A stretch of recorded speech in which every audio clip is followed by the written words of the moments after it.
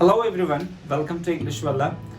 Guys, आज हम लोग कुछ प्रीपोजिशंस के बारे में डिस्कस करेंगे। जैसा कि आपने देखा होगा, लास्ट मैंने कई सारे वीडियोस प्रीपोजिशंस पे बनाई हैं, क्योंकि ऑफ कोर्स प्रीपोजिशन एक छोटी मोटी टॉपिक नहीं है गाइज। कहते हैं कि प्रीपोजिशन सबसे लेंदी टॉपिक है। बहुत सारी चीज़ें हैं प्रीपोजिशंस में जो हमें सीखना होता है, और जितना ज़्यादा प्रीपोजिशंस पे कमांड करते हैं गाइस, उतना ही इंग्लिश हमारी अच्छी होती है। तो आज भी मैं कुछ प्रीपोजिशंस लेकर आया हूँ जिसे हम लोग आज सीखेंगे, और आई होप आपके लिए हेल्पफुल होगा। एंड तक वीडियो जरूर देखें ताकि आपको सारी चीज़ें अच्छे तरीके से समझ में आए और आने वाले टाइम में आप कोई भी इस तरह की गलतियाँ ना करें। तो फ्रेंड्स, लेट्स गेट। गाइस देखें, अभी हम लोगों ने बिटवीन को डिस्कस किया था। जब एक आदमी दो आदमी के बीच में बैठा है, तो लास्ट वीडियो में मैंने डिस्कस किया था इस पे कि Ram is sitting between Mukesh and Anil. Ram जो है मुकेश और अनिल के बीच में बैठा है, या कह सकते हैं Tom is sitting between Mary and Mariam. Tom जो है मैरी और मरियम के बीच में बैठा है। कोई एक में कोई यहाँ पे कोई एक पर्सन है, ठीक है, इसके बीच में एक इधर बैठा है, एक इधर बैठा है, तो ये जो है इन दोनों के बीच में बैठा है। तो यहाँ पे इसके लिए हम लोग क्या यूज करेंगे? Preposition between. तो क्लियर है कि बिटवीन दो टू पर्सन्स टू थिंग्स के लिए यूज करते हैं। लेकिन गाइस, मैं आपको इसमें समझाना चाह रहा हूँ अमंग के बारे में। बिटवीन और अमंग दोनों का मतलब ही क्या होता है? के बीच में। लेकिन गाइस, बिटवीन जब यूज करते हैं, जब दो पर्सन्स की बात हो रही हो, टू पर्सन्स की बात हो रही हो, टू थिंग्स की बात हो रही हो, तो देयर वी यूज बिटवीन।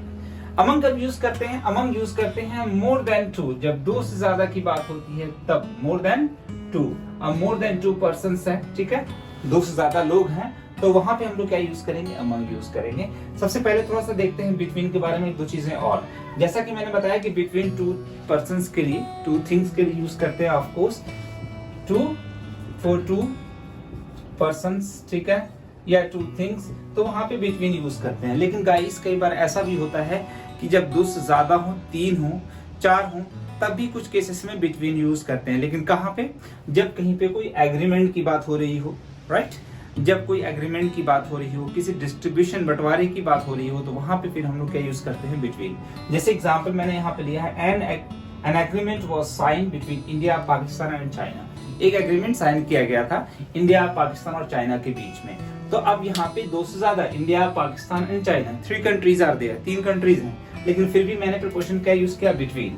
मतलब इंग्लिश में फिर प्रीपोजिशन क्या यूज किया जाएगा? बिटवीन। मैंने यूज किया, मतलब ये नहीं कि मैं अपनी तरफ से यूज कर रहा हूँ, ये ग्रामर का रूल है कि जब एक एग्रीमेंट की बात होती हो, एक समझौते की बात होती हो, राइट, या फिर डिस्ट्रीब्यूशन की बात होती हो, तो फिर वहां पे हम लोग दो या तीन हो, तब भी हम लोग क्या यूज करेंगे? बिटवीन यूज करेंगे, अमंग यूज नहीं करेंगे। ऑफ कोर्स अमंग एक से ज्यादा के लिए, दो से ज्यादा के लिए यूज किया जाता है, लेकिन इस केस में नहीं, इस केस में बिटवीन का ही यूज किया जाता है। अब देखते हैं अमंग कहाँ पे। जैसे यहाँ एग्जाम्पल मैंने लिखा है, he was happy to be among friends again. मतलब दोस्तों के बीच में फिर से आकर, दोबारा से आकर वो बहुत खुश था। मतलब दोबारा से जब वो दोस्तों के बीच में आया तो फिर से वह खुश था। तो ही वॉज हैप्पी, वह खुश था, to be among friends again, दोबारा से दोस्तों के बीच में आकर वो बहुत खुश था। तो यहाँ पे देखें, दोस्तों की बात, बहुत सारे दोस्त की बात हो रही है, तब इसके पहले मैंने क्या यूज करा? अमंग। यहाँ पे बिटवीन यूज करेंगे तो गलत होगा। अगर आप बोलेंगे he was happy to be between friends, तो गलत होगा, ठीक है। यहाँ पे बहुत सारे दोस्तों की बात हो रही है, तो यहाँ पे क्या बोलेंगे? He was happy to be among friends again. जैसे आप कहते हैं ना, वो हमारे बीच में ही बैठा है, ही इज सिटिंग अमंग अस। वो हमारे बीच में ही बैठा था, ही वाज सिटिंग अमंग अस। तो एक से ज्यादा की बात हो रही है तो अमंग। जैसे कोई भी चीज है कि यार इसे बच्चों के बीच में बांट दो, तो अब बच्चों के बीच में बांट दो, डिस्ट्रीब्यूट इट अमंग चिल्ड्रन।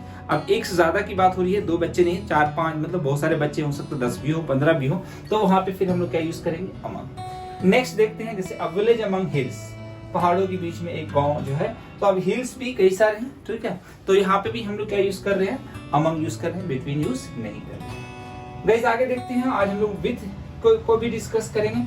अब क्या है गाइस, विद जो है ना, मीनिंग के हिसाब से कई जगहों पर अलग अलग तरीके से यूज किया जाता है, या फिर कह सकते हैं इसके बहुत सारे यूजेज हैं। जैसे सबसे पहला विद का मतलब हम लोग देखते हैं ना, कहते हैं के साथ। जैसे आप कहते हैं ना कि he is coming with his friends, ठीक है, वो अपने दोस्त के साथ आ रहा है, तो यहाँ पे विद का मतलब क्या हो गया? के साथ। या फिर आप कह सकते हैं कि वो अपने भाई के साथ रहता है, तो आप इंग्लिश बोलेंगे he lives with his brother, he lives with his brother, वो अपने भाई के साथ रहता है। ये तो बात हुई विद की, कॉमनली यूज करते हैं विद यहाँ पे। अब आगे थोड़ा और कुछ एग्जांपल्स देखते हैं। जैसे एग्जांपल है ही cut it with a knife. तो इसका मतलब ये नहीं हुआ कि उसने इसे काट दिया चाकू के साथ, ऐसा नहीं, चाकू के साथ काट देगा जिसको। यहाँ पे विथ का मतलब हो गया चाकू से काट दिया। यहाँ पे विथ का मतलब क्या हो गया, से, किसी चीज से। एक्चुअली क्या होता है इसके, जब कोई काम किसी चीज से, थिंग्स से किया जाता है तो वहां पे हम लोग क्या यूज करते हैं, विथ। और जब यही आदमी से, आदमी के द्वारा काम हो रहा है तो वहां पे हम लोग क्या यूज करेंगे, फिर बाय। क्या यूज करेंगे, बाय। लेकिन थिंग्स के द्वारा, चीजों के द्वारा हो रहा है तो फिर यहाँ पे क्या लिखेंगे, विथ। जैसे आपने कहा ही cut it with a knife, उसने चाकू से काटा, या उसे इसने चाकू से काट दिया। तो यहाँ पे कुछ भी कर दिया, हो गया। अब किस चीज से किया, तो वहां पे यूज किया विथ। जैसे आप कहते हैं ना, he was killed yesterday with a knife, उसे एक चाकू से मार दिया गया by his brother, by his friend, by his enemy, उसके दोस्त के द्वारा, दुश्मन के द्वारा, उसके ब्रदर के द्वारा, किसके द्वारा, किसके जरिए, तो आगे फिर बाई लगाते हैं। लेकिन उससे पहले किसी चीज से काम हुआ तो क्या यूज करेंगे हम, विथ। जैसे नेक्स्ट एग्जांपल है don't touch it with bare hands. तो इसका मतलब ये नहीं हुआ कि इसे टच मत करो बेयर हैंड्स, नंगे हाथ के साथ, ऐसा नहीं है। मतलब हुआ कि इसे नंगे हाथ से टच मत करो। बेयर हैंड्स मतलब होता है नंगे हाथों से, विथ मतलब से हो गया, यहाँ पे नंगे हाथों से इसे टच मत करो। तो यहाँ पे भी क्या हो रहा है, विथ का मतलब से हो रहा है। नेक्स्ट और देखते हैं, the mountains were covered with snow. Snow समझते हैं, बर्फ। तो माउंटेन जो थी, पहाड़ जो था, ढका हुआ था, ठीक है, स्नो से, स्नो से। तो यहाँ पे भी विथ का मतलब क्या हो गया, से, किसी चीज से। भी हम लोग क्या यूज कर रहे हैं, विथ।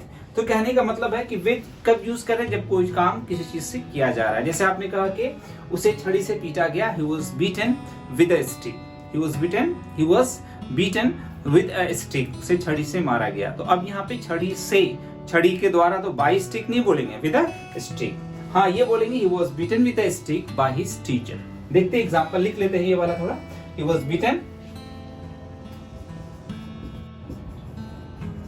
टीचर। अब देखें फ्रेंड्स, यहाँ पे विथ का मतलब भी से हो गया, बाई का मतलब भी से हो गया। थोड़ा एग्जांपल हिंदी देखते हैं। He was beaten with a stick, छड़ी से उसे मारा गया, बाय हिज टीचर, उसके टीचर के द्वारा, उसके टीचर के जरिए, ठीक है। तो यहाँ पे देखें कि विथ कब यूज करें, जब किसी चीज से कोई काम हो रहा है, ठीक है, पीटा जा रहा है, काटा जा रहा है, मारा जा रहा है, तो वहां पे उसके साथ में हम लोग यूज करते हैं विथ। उसके साथ साथ किसी चीज के साथ, किसी के साथ तो विद यूज करते ही हैं। इसके आगे देखते हैं विद और भी यूज करते हैं इन डिस्क्रिप्शंस।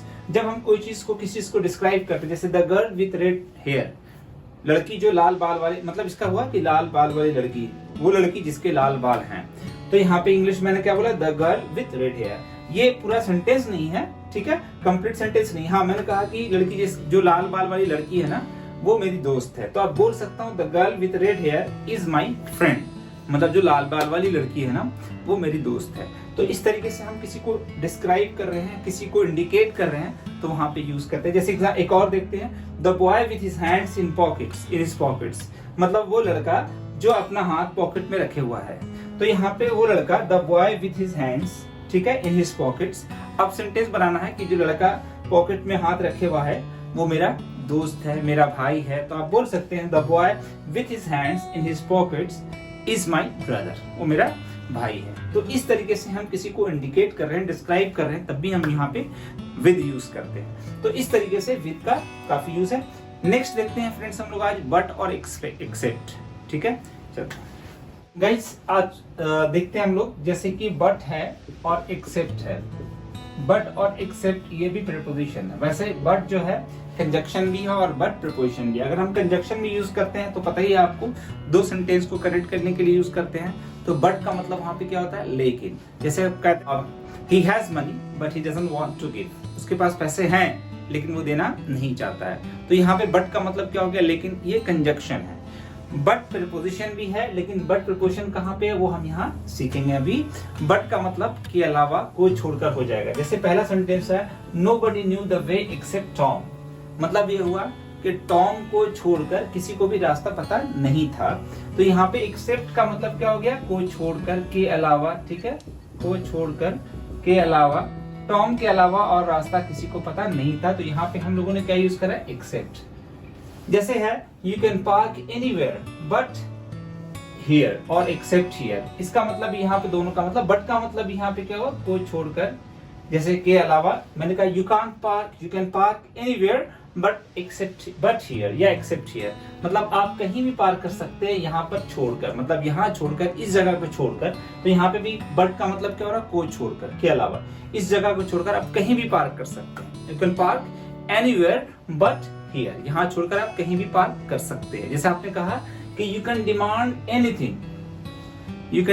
एनीथिंग बट मनी, पैसा छोड़कर आप कुछ भी मांग सकते हैं, राइट। तो यहाँ पे भी बट का मतलब क्या हुआ, को छोड़कर, के अलावा। जैसे है तो ज्यादा क्या होता है ना कि जैसे एनीबॉडी है, एनीथिंग है, एनीवेयर है, तो कोशिश करना है कि वहां पे हम लोग क्या यूज करेंगे, बट ज्यादा बेटर होता है उसके लिए। एक्सेप्ट का मतलब भी वही होता है, लेकिन ज्यादा एम्फेटिक जो होता है वो बट यूज करके। जैसे आपने कहा कि you can park anywhere but here, यहाँ पे छोड़कर आप कहीं भी पार्क कर सकते हैं, ठीक है। जैसे आपने कहा कि nobody will help you but या except your parents, मतलब क्या हुआ, आपकी कोई भी मदद नहीं करेगा आपके माँ बाप को छोड़कर, ठीक है, आपके पेरेंट्स को छोड़कर, आपके पेरेंट्स के अलावा आपकी और कोई हेल्प नहीं करेगा। तो यहाँ पे बट और एक्सेप्ट का मतलब भी क्या हुआ, को छोड़कर, के अलावा। ये भी क्या है, प्रीपोजिशन। होप आपके लिए यूजफुल होगा। अगर आप चैनल पे नए हैं तो सब्सक्राइब और लाइक जरूर कर लें और बेल आइकन पे जरूर दबाएं फ्रेंड्स, ताकि आपको आने वाली वीडियो का नोटिफिकेशंस मिलता रहे। Thanks for watching.